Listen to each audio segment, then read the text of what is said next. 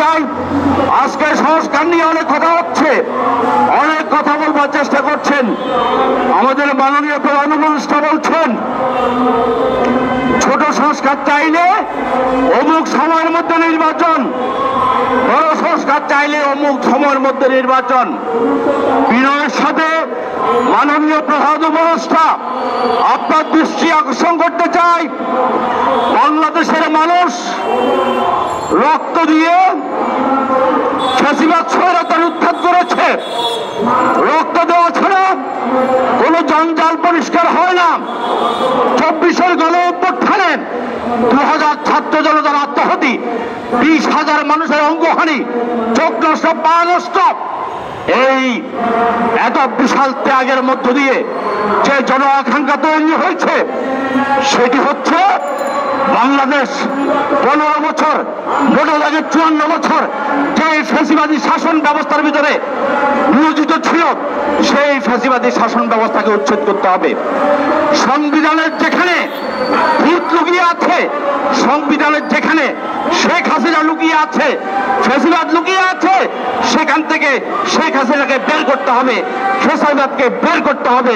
এর মধ্য দিয়ে নতুন সংবিধান প্রণয়ন করতে হবে। বন্ধুরা, আমরা ছোট বড় বুঝি না, আমরা বুঝি আগামী শাসনতন্ত্র হবে ফ্যাসিবাদ মুক্ত শাসনতন্ত্র, আগামী শাসনতন্ত্র হবে লুণ্ঠন মুক্ত শাসনতন্ত্র, আগামী শাসনতন্ত্র হবে মানুষের শাসনতন্ত্র, আগামী শাসনতন্ত্র হবে বাংলাদেশের সকল মানুষের শাসনতন্ত্র। এই শাসন ব্যবস্থা তৈরি করবার জন্য যেই পরিমাণ সংস্কার দরকার হয়, যেটুকু সময় দরকার হয়, সেইটুকু সময় আমরা দিতে প্রস্তুত আছি।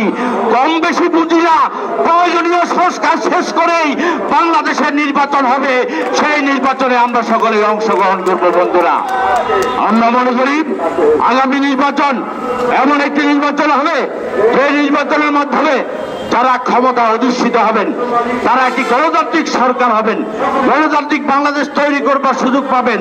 তাদেরকে স্বৈরাচারী হওয়ার, ফ্যাসিবাদ হওয়ার যে শাসন কাঠামো এখন বিদ্যমান, সেই শাসন কাঠামোর ভেতরে তাদেরকে আমরা ঢুকিয়ে দিতে চাই না। এমন একটি শাসন কাঠামোর ভিতরে রাখতে চাই তারা যেন জবাবদিহি করতে পারে, জবাবদিহির মধ্য দিয়ে থাকতে পারে, এবং এর মধ্য দিয়ে বাংলাদেশকে যে গণ-অভ্যুত্থানের যে আকাঙ্ক্ষার যে বাংলাদেশ, নতুন বাংলাদেশ তৈরি করতে পারি, সে দিয়ে আনতে পারি। বন্ধুরা, যে তরুণদের নতুন রাজনৈতিক দল, তাদেরকে অভিবাদন জানাই, কিন্তু একই সাথে বলতে চাই যে গণ-অভ্যুত্থানের আকাঙ্ক্ষা, যেই সাম্যের মানবিক মর্যাদা, ন্যায় বিচারে বাংলাদেশ প্রতিষ্ঠার যে আকাঙ্ক্ষা, সে আকাঙ্ক্ষা বাস্তবায়ন করবার জন্য আপনাদেরকে ন্যায্যতার পথে হাঁটতে হবে।